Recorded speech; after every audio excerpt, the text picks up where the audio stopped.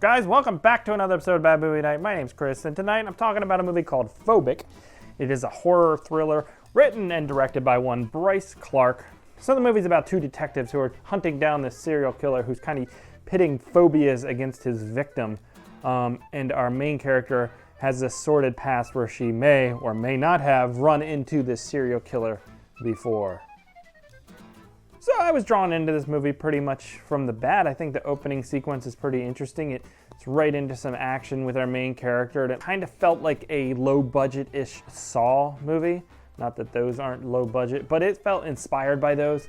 And there is sprinklings of that kind of style throughout this thing, more so in like quick visions of crimes occurring. Remember, you know what I'm talking about? Where like in Saw, where it's like, and you see like quick vignettes of things where it's herky-jerky and cut up in a way. But it's very stylistic, and they do bring some of that along with this. And you do get like this Saw feeling with its storyline of the phobias and people kind of being pitted against their biggest fear. However, it doesn't play out like a Saw movie, meaning there's really no gore or anything like that. And even some of the gory moments that are mentioned aren't really shown.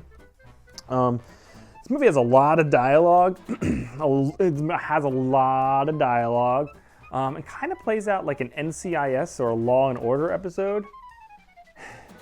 But trying to do it in a cinematic way, I guess is how I would say that. So it does have the look of a movie a lot of times, but it definitely feels like a procedural TV show in a weird way.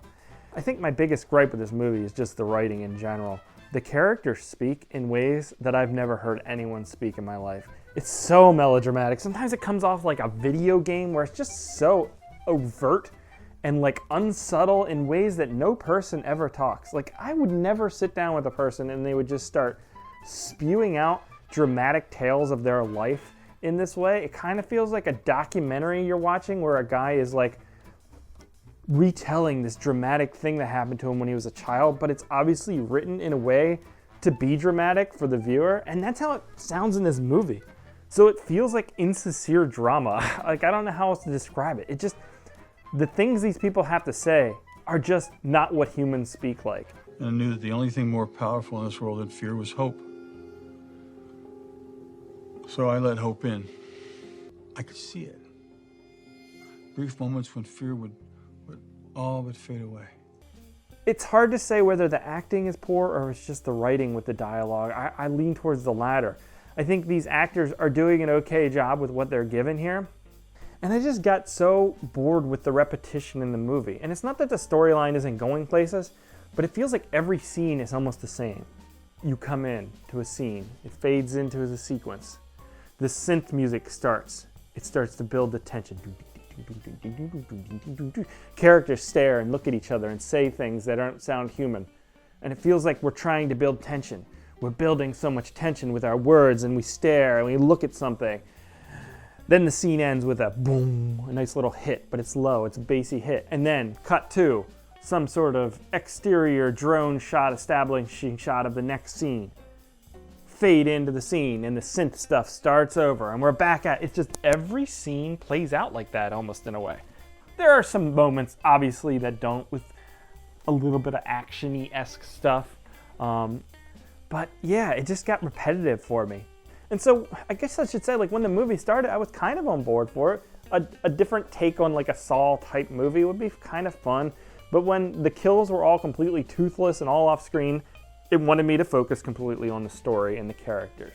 And the characters didn't seem realistic or well realized. So then I guess I'm left with the story.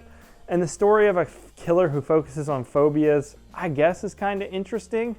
And the story goes places, but where it goes just is out of nowhere and kind of weird.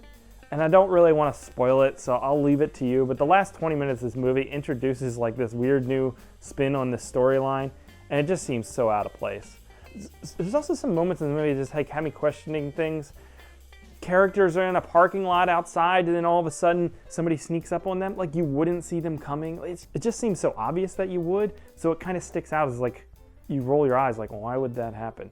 Little moments like that. I'm being a little nitpicky, I get it. Nothing is outright bad in this movie.